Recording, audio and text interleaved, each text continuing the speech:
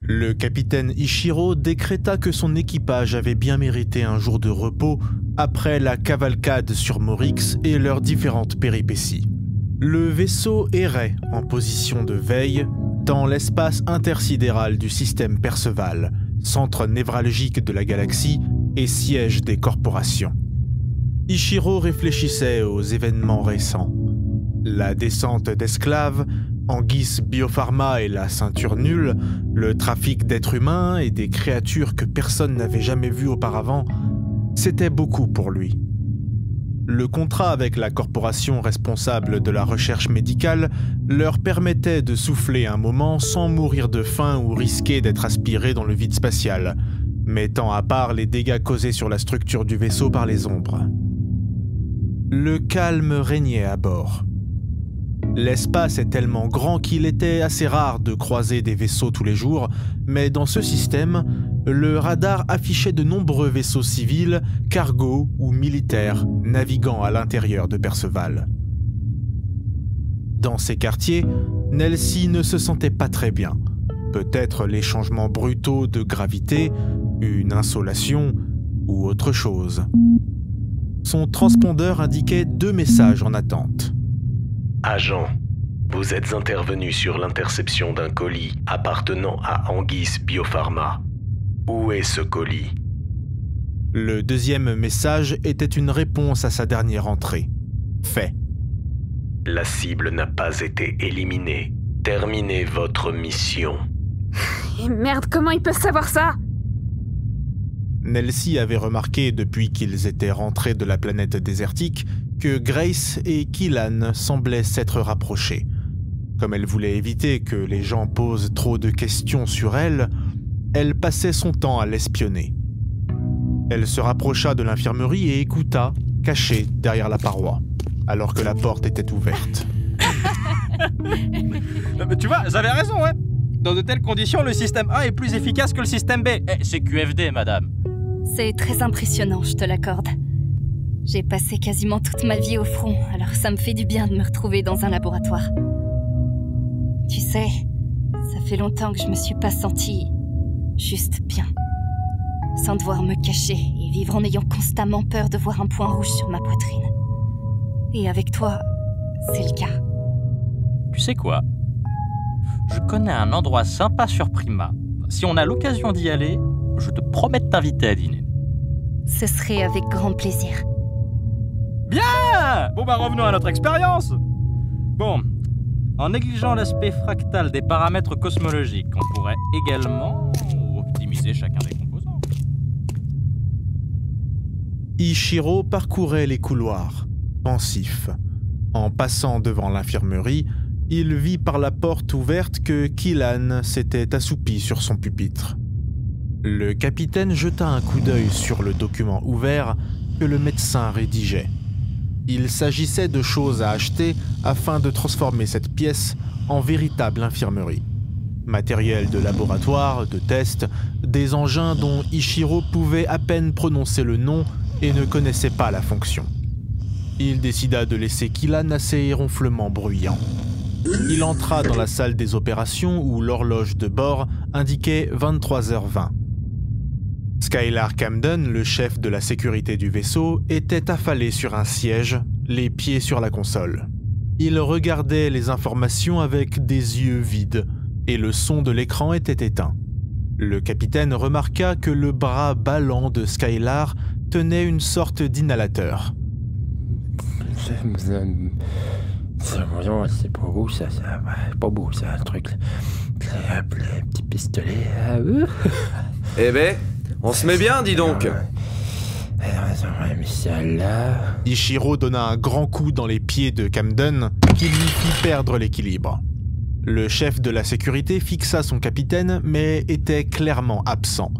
Il se saisit de l'inhalateur sur lequel il était indiqué « pierre de sel, composition andrylite ». Skylar était parti pour un très très long voyage. Ichiro alluma le son du grand écran de la salle des opérations. La chaîne de propagande de l'Alliance des corporations diffusait une interview en direct. La division Eclipse a une fois de plus abattu un vaisseau pirate qui avait pris pour cible un vaisseau de transport non armé. Nous dormirons tous plus sereinement ce soir. Le capitaine Mashtan serra les poings en se demandant comment on avait pu en arriver là. Il était dégoûté d'avoir lui aussi fait partie de cette mascarade par le passé, lorsqu'il était promis à un grand avenir au sein de l'Alliance. Nous recevons un invité ce soir. L'écran changea et un hologramme d'un homme vêtu d'une tenue noire d'officier apparut. Colonel Harker, nous entendons souvent de bonnes nouvelles concernant les actions de la division Eclipse ces derniers temps. Quels sont vos projets futurs?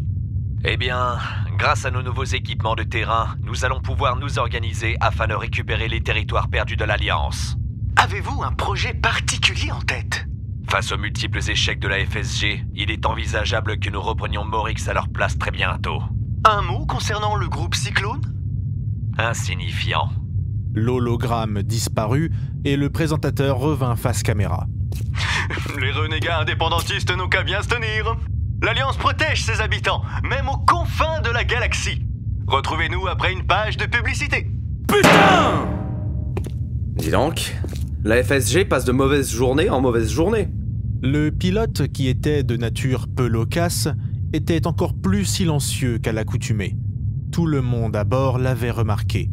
C'est à peine s'il disait bonjour et merci. Loki, est-ce qu'on a reçu une mission? La boîte de réception est vide. Je vous rappelle, capitaine, que le voyage en FTL est soumis à autorisation dans le système Perceval. Loki, que peux-tu me dire sur Luxury? Luxury est une destination de choix pour le tourisme.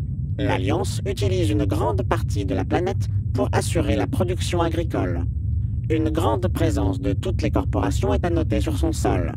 Il y fait actuellement en moyenne 14 degrés Celsius sur la capitale, et la population est de 9 milliards.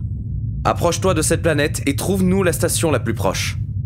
Durant le voyage, Nelsie se rendit à l'infirmerie. Kylan, j'ai besoin de toi. Quoi? On est attaqué? Mais non, j'ai besoin d'un check-up. Je me sens pas au mieux de ma forme. Je peux te faire ça. Ouais. J'aimerais acheter au plus vite du matériel plus complet parce que, en l'état, notre infirmerie est archaïque. Je profiterai de notre escale sur Luxury pour ça.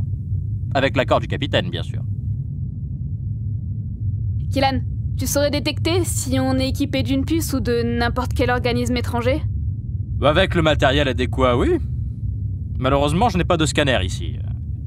Mais dis-moi, tu as des raisons de penser que tu serais pucé? Peut-être pas moi, mais Grace. Et tu penses que la FSG est du genre à pucer ses employés? Impossible à dire. J'imagine que tu sais que les corporations aiment garder un suivi de leurs employés. Chacun a ses méthodes. Bon, tout est normal. T'es un peu à côté de tes pompes à cause des changements de pression, mais ça passera tout seul. De son côté, Anatole utilisa une console à l'abri des regards pour chercher les dernières actualités de Palladium, sa ville natale sur Luxury. Il n'avait que peu de souvenirs de cette époque, si ce n'est une tempête. Il savait que la ville avait été ravagée, mais il n'y était pas retourné depuis. La voie qu'il avait choisie l'avait tenu loin des planètes centrales. Suite à la catastrophe, beaucoup de réfugiés ont été déplacés à Venturi, la capitale. Il découvrit qu'un projet de reconstruction avait été financé. Sur ces réseaux d'informateurs, l'opinion générale allait dans le sens de recherches secrètes menées par les corporations ayant causé le typhon presque surnaturel qui a dévasté la ville de Palladium. Il y avait des lieux dans la galaxie où nul ne pouvait se rendre. Et il était de notoriété publique que l'Alliance faisait des recherches afin de contrôler le climat, dans le but de pouvoir bâtir de nouvelles colonies dans des endroits qui étaient pour le moment invivables. Alors que Nelsie retournait dans ses quartiers, elle remarqua que le pilote se trouvait devant la porte de son compartiment, où Grace logeait lorsqu'elle ne devait pas se dissimuler sous la table d'opération de l'infirmerie. Oui, Anatole? Surprise de me voir? Pas vraiment. On vit dans le même vaisseau. La tension était palpable car Nelsie pensait à un mouchard ou un traître, et elle savait qu'Anatole avait une idée derrière la tête. Les deux étaient suffisamment alertes pour se rendre compte que l'autre avait une posture, à minima, hostile. Anatole regardait Nelsie dans les yeux, mais essayait de jeter un œil à l'intérieur des quartiers de la mercenaire. Il vit que Grace dormait sur la couchette de Nelsie.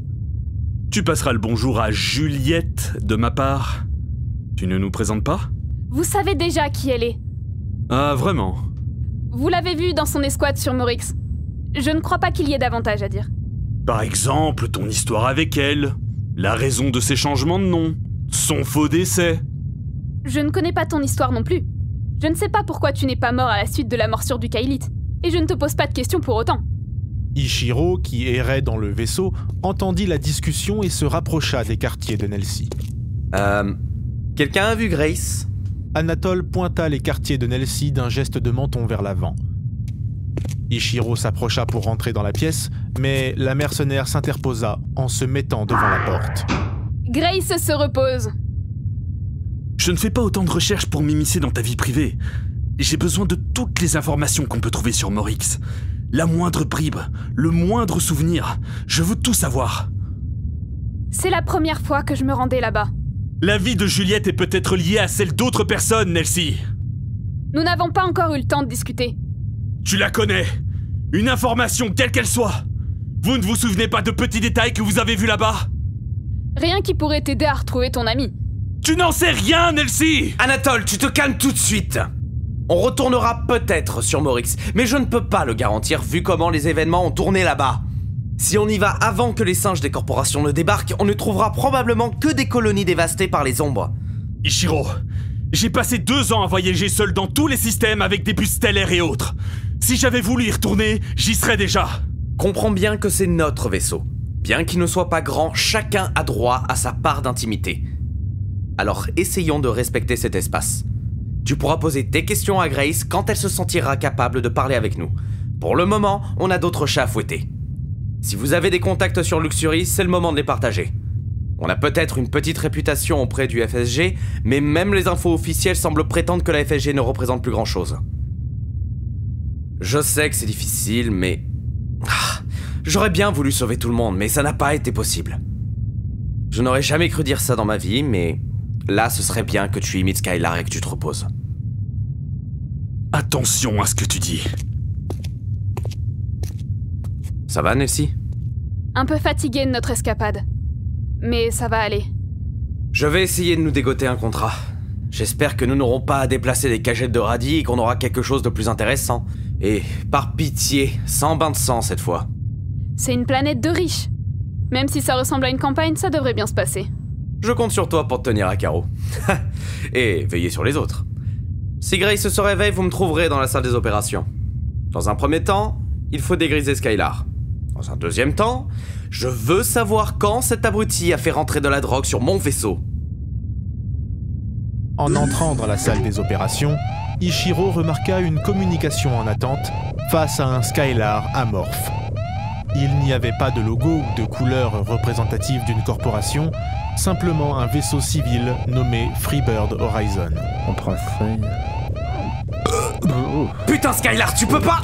Alors que le capitaine ouvrit la communication, une image de très mauvaise qualité subissant des interférences laissa apparaître une femme portant des galons de capitaine. À tout vaisseau qui peut entendre cet appel de détresse, nous avons besoin d'un remorquage immédiat. Notre vaisseau a été grandement endommagé par des tirs. De Fraternity à Freebird Horizon, ici le capitaine Ichiro. Déterminez vos coordonnées, nous allons venir à votre secours. Pitié, remorquez-nous! On vous donnera tout ce que vous voulez! Nous ne sommes pas armés! Nous n'avons plus de navigation, notre vaisseau est à la dérive! Nous nous dirigeons vers le système Célestia! Merde! Essayez de vous rendre le plus visible possible, nous arrivons! Loki, combien de temps? En FTL, nous atteindrions leur position dans 5 minutes. Sans FTL, calcul. Nous atteindrions leur position dans 10 heures. L'espace entre Celestia et Perceval est connu pour être intégralement peuplé de pirates. Estimation des chances de survie du Freebird Horizon. 0%. Début de transmission. Tour de contrôle à Fraternity. Bonjour, tour de contrôle. Nous voudrions faire une demande d'autorisation de départ FTL. Quelle est la raison de cette demande? Je vous envoie les coordonnées. Appel de détresse d'un vaisseau civil. Nous vous y autorisons, Fraternity. Fin de transmission. Loki activa le départ FTL et le groupe arriva quelques minutes plus tard dans une zone intégralement vide. Il ne fallut que peu de temps au radar pour trouver un objet dérivant dans l'espace. Le modèle de ce vaisseau de transport, censé être un peu plus grand que le Fraternity, ne laissait visible qu'un cockpit dérivant. Loki, approche-toi au plus près. Nelsie, Anatole, préparez-vous pour un EVA. Capitaine, nous n'avons pas la puissance nécessaire au remorquage d'un vaisseau de cette catégorie. Ouvre le hangar. On va essayer de récupérer les voyageurs. Attendez! Enfilez vos combinaisons anti-radiation. On sait pas ce qui leur est arrivé. Va réveiller Grace. Je veux que tu me prépares une zone de quarantaine avec elle. Je fais ça tout de suite. Anatole sortit en premier au moyen de son escadron. Il fit un tour rapide du cockpit dérivant afin de constater les dégâts. Il semblait avoir été la cible de missiles. Le sas du cockpit ayant été pulvérisé, Ichiro et Nelsie mirent la navette en attente, pilotée à distance par Loki afin de pouvoir orienter la porte face à l'arrière de leur navette. En passant devant les hublots des restes du Freebird Horizon, Ichiro vit la destruction à l'intérieur du cockpit. Un homme blessé à la tête était en train d'éteindre un départ de feu. Il y avait un petit enfant ainsi qu'un autre un peu plus vieux. Nelsie, Anatole et Ichiro finirent par pénétrer le vaisseau à la dérive après l'avoir amarré à leur navette, créant ainsi un semblant de sas. Si vous avez des armes, vous les jetez au sol. Avancez en file vers notre navette. Les enfants d'abord. D'où venez-vous? Capitaine Sandra Anderson, compagnie Freebird. Il faut absolument que nous quittions ce bâtiment avant qu'il n'explose. On vous dira tout à bord de votre vaisseau. Attends, ils sont malades. On ne peut pas les prendre comme ça. Killan, est-ce que la zone de quarantaine est prête? Dirigez-les vers l'infirmerie. On a bouclé le secteur. Très bien. À bord, vous ferez tout ce que je vous ordonnerai. Un seul faux pas et ça finira mal pour vous. Une fois de retour dans le hangar du Fraternity, et après décontamination dans leur sas fonctionnel, le groupe fut dirigé vers l'infirmerie où Grace et Killan les attendaient pour procéder à un examen. Personne ne rentre dans l'infirmerie hormis le personnel médical. Killan examina les rescapés et fournit une bassine en métal dans laquelle l'homme cracha du sang. On a déjà vu ces symptômes. Capitaine, approchez s'il vous plaît. Bon, Sandra. Je ne vous cache pas que vous et les autres n'allez pas sortir de cet endroit de sitôt. Racontez-moi ce qui s'est passé. Nous étions sur une petite colonie, sur la lune Calypso. La FSG a ordonné le confinement de la colonie, mais nous n'avions vu aucun malade. Au bout d'un moment, des soldats sont arrivés. Ils ne portaient pas la tenue du FSG et ils ont commencé à massacrer tout le monde. J'ai réussi à quitter la planète avec 10 autres survivants. Notre bâtiment a été pris en chasse et la majorité d'entre nous a péri lors des explosions. C'est un vaisseau de transport non armé, nous n'avions aucune chance. Et la quarantaine a commencé il y a une semaine. Écoutez, je ne peux pas vous déposer sur une station dans vos états, mais je ne vais pas vous laisser tomber. On a peut-être des contacts qui pourraient vous aider. Je vais voir ça. Avez-vous vu le moindre insigne sur leur tenue? Je suis ouvrier. Je ne connais pas la nomenclature militaire. Ça s'est passé très vite. Je ne me suis pas attardée sur ce genre de détails. Si les corporations envoient leurs hommes massacrer des civils, je doute qu'ils affichent leurs appartenances. Merci, capitaine. Essayez de rassurer votre équipage, je vais vous sortir de cette situation. Il me semble qu'il s'agirait d'un emphysème bronchopulmonaire associé à une cyanose et à un hippocratisme digital. Un trouble métabolique des échanges gazeux sanguins. Je suspecte une acidose respiratoire. Regarde, il y a une ostéonécrose de la syndesmose thoracique due à une inflammation collagénique. Une fois rassemblés sur le pont, Ichiro s'adressa au médecin. Bon, je n'ai rien compris à ce que vous disiez. Verdict? Je sais pas. C'est une combinaison de symptômes que j'ai jamais vue avant. C'est peut-être d'origine virale, mais je ne suis pas formel.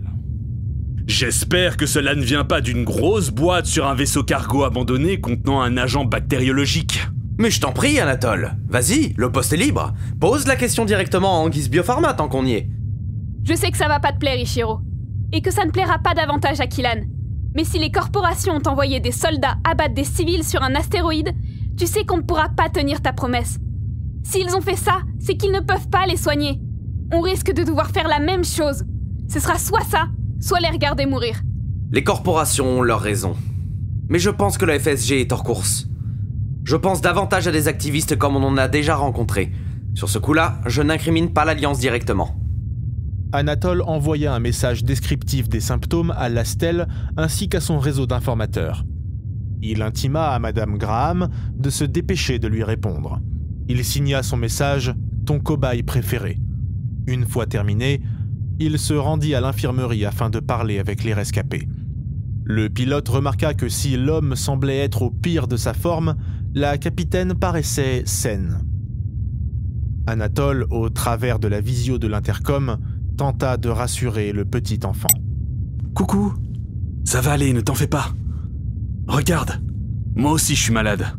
Et ça finit toujours par s'arranger. » Ma maman n'est pas montée sur le vaisseau avec nous. Anatole n'eut pas le courage de lui répondre et se contenta de lui adresser un sourire triste. Parlez-moi franchement. Je n'en sais rien. Je ne suis ni capitaine, ni médecin. Mais une de mes amies a pu attraper cette maladie. Nous revenons de Morix, et nous avons vu au moins une personne présenter les mêmes symptômes, et le shérif local a mentionné quelqu'un avec des pustules sur le visage. Connaissez-vous une mécanicienne du nom de Moira Gint? Je suis navrée, mais ce nom ne me dit rien. J'attends de voir ce que votre capitaine décidera. Mais je suis lucide. Le pilote quitta l'endroit pour retourner dans la salle des opérations et fut plus touché par cet événement qu'il ne le reconnaîtrait jamais.